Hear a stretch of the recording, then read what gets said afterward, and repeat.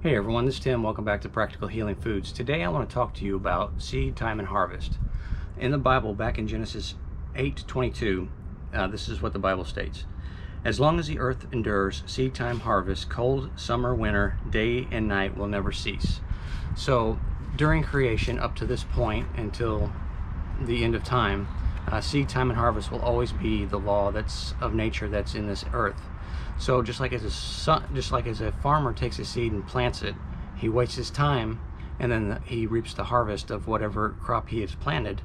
The same thing is with many things. For instance, if you take your offerings, you give it to church, you give it to your church, you plant that's a seed that you plant.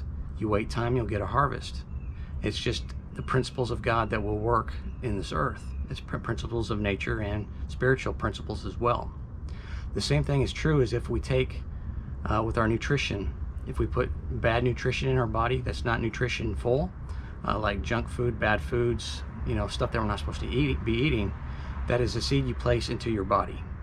Okay, you wait time, and then your harvest will be sickness or disease.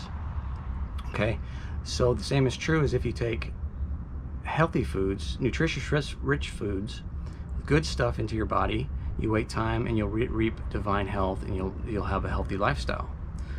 So I just wanted to talk to you about seed time and harvest. Okay, seed time and harvest is still in operation in the earth, and apply it. Just think about it. Everything that you do, you're applying a seed. You wait your time, you'll get a harvest. All right, guys. Thank you for watching. We'll catch you in the next video.